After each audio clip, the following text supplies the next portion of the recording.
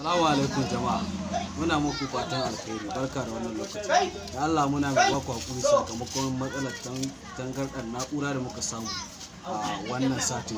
Da Allah ku mana uzuri sati mai zuwa Allah ya yarda za mu saka muku da sirri na wanda kuke bibiyan sa karshen alewa. Muna godiya. Ci gaba da bibiyan mu a cikin channel da suna Afakallahu TV.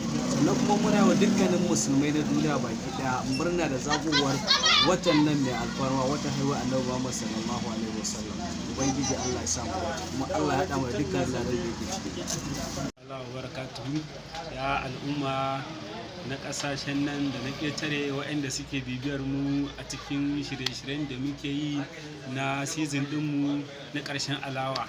Kai mana haƙuri wannan satin mun ɗan samu matsalar tangarɗar na'ura, amma insha Allahu sati mai zuwa za mu yi ƙoƙarin mu ga mun yi making ɗin wannan matsalar da muka samu, mun gyaggyara komai da komai, mun ci gaba da nishaɗantar da ku yadda ya kama.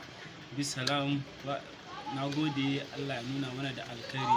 Ku ci gaba da bibiyan mu a Afakallahu TV domin ci gaba da kallon shirye-shiryen mu masu ƙayatarwa irin su ƙarshen alawa.